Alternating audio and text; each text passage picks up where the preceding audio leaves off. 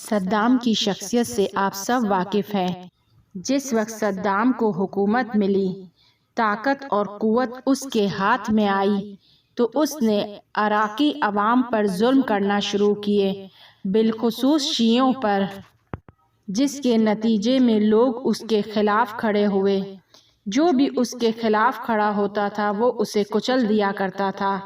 کچھ انجمنیں بنی کہ جو اس کی حکومت کے خلاف کھڑی ہوئیں۔ انہی انجمنوں میں سے ایک انجمن جس کا نام سوسیالسٹ تھا، وہ صدام کے ظلم کے خلاف کھڑی ہوئی۔ صدام نے حکم دیا کہ اس انجمن کے ایک ایک شخص کو مار دیا جائے۔ اس کام کے حکم کے لیے اس نے اپنے سوتیلے بھائی برزان تکریتی کا انتخاب کیا اور اسے حکم دیا کہ ایک ایک شخص کو ڈھونڈ کر مارو۔ اس نے اس انجمن کے ایک ایک شخص کو ڈھونڈنا شروع کیا اور قتل کرنا شروع کیا۔ اسی انجمن کے گرفتار ہونے والے افرادوں میں سے ایک خاتون بھی تھیں جو 22 سالہ تھیں کہ جس کا نام میادہ تھا۔ اس کو اور اس کے شوہر کو گرفتار کیا گیا اور دونوں کو پھانسی کی سزا دی گئی۔ میادہ حاملہ تھی اور اس کے آخری دن تھے، 9واں مہینہ تھا۔ پھانسی سے کچھ دن پہلے وہ صدام کے سوتیلے بھائی برزان تکریتی کو ایک خط لکھتی ہے اور اس میں اس سے درخواست کرتی ہے کہ اس کی پھانسی کو تھوڑا لیٹ کر دیا جائے تاکہ اس کے بچے کی پیدائش ہو جائے۔ برزان میادہ کی بات کو قبول نہیں کرتا ہے اور اس کے خط کے جواب میں لکھتا ہے کہ جو بچہ تمہارے شکم میں ہے اس کو بھی ضرور مرنا ہے اور وہ تمہارے ساتھ دفن ہوگا۔ میادہ کے وضع حمل کے دن نزدیک تھے اور جس دن اس کے بچے کی ولادت ہونی تھی اسی دن اس کو پھانسی بھی ہونی تھی۔ وہ اسی حالت میں پھانسی کے پھندے تک گئی۔ اس نے بہت درخواست کی، بہت التماس کی کہ اس کے حکم کو تھوڑا سا دیر کر دیا جائے، لیکن برزان نے اس کی ایک نہ سنی۔ جس وقت میادہ کو پھانسی دی جا رہی تھی اور اس کی گردن پھندے کے اندر تھی، اسی وقت اس کے بچے کی پیدائش ہوتی ہے۔ وہاں پر موجود آفیسر نے زندان کے رکھوالے کی بیوی رضیہ کو کہ جو وہاں پر موجود تھی، اسے اشارہ کرتا ہے کہ وہ اپنے لباس میں اس بچے کو لے اور ایک کونے پر رکھ دے۔ میادہ کو پھانسی ہو جاتی ہے اور وہ شہادت کے درجے پر فائز ہو جاتی ہے۔ میادہ کی پھانسی کے بعد برزان زندان کے آفیسر سے میادہ کی پھانسی کا حال احوال پوچھتا ہے اور اس سے پوچھتا ہے کہ اس کے بچے کا کیا ہوا۔ ان سب باتوں کی وہ گزارش مانگتا ہے۔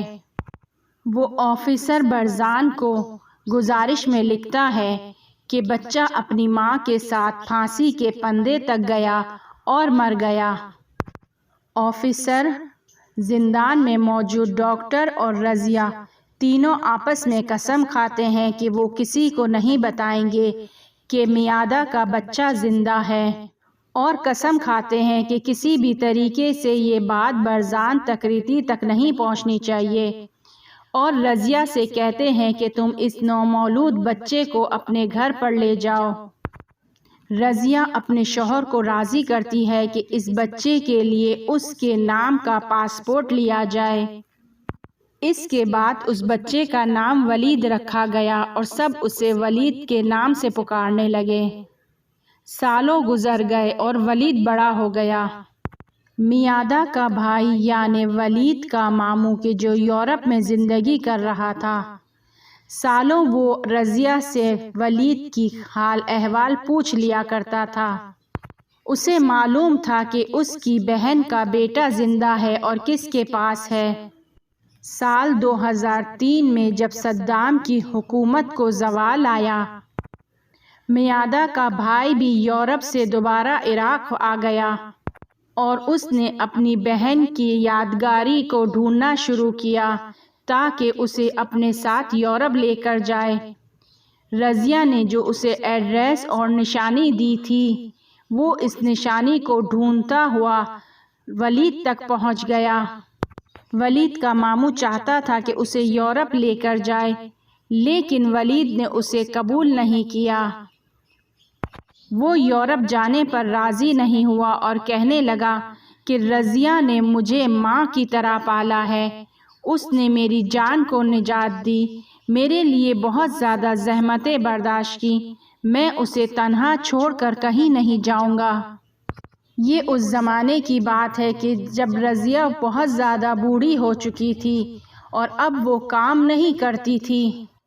رضیہ نے زندان میں ولید کو خود کی جگہ پر نوکری دلوا دی تھی اور وہ زندان کے رکھوالے کے طور پر زندان میں کام کر رہا تھا۔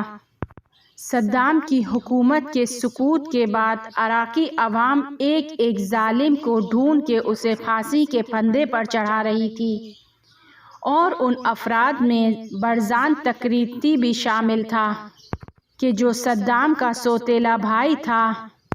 خدا کی قدرت دیکھیے کہ جس زندان میں برزان تکریتی کو رکھا گیا، اسی زندان کا رکھوالا میادہ کا بیٹا ولید تھا، اور یہیں پر ولید برزان کو بتاتا ہے کہ وہ میادہ کہ جس کو تم نے پھانسی کے پھندے پر چڑھا دیا تھا اور اس کے بچے کو قتل کرنے کا بھی حکم دے دیا تھا، میں ہی اس کا بچہ ہوں، اور تمام داستان کو اس سے بیان کرتا ہے۔ جب برزان کو پھانسی کی سزا دے دی گئی تو اسے تختہ دار پر لٹکانے کا کام ولید کے حصے میں آیا۔ اس نے اپنے ہاتھوں سے اپنے ماں باپ کے قاتل کو پھانسی کا پھندا پہنایا اور اسے پھانسی کی سزا دی۔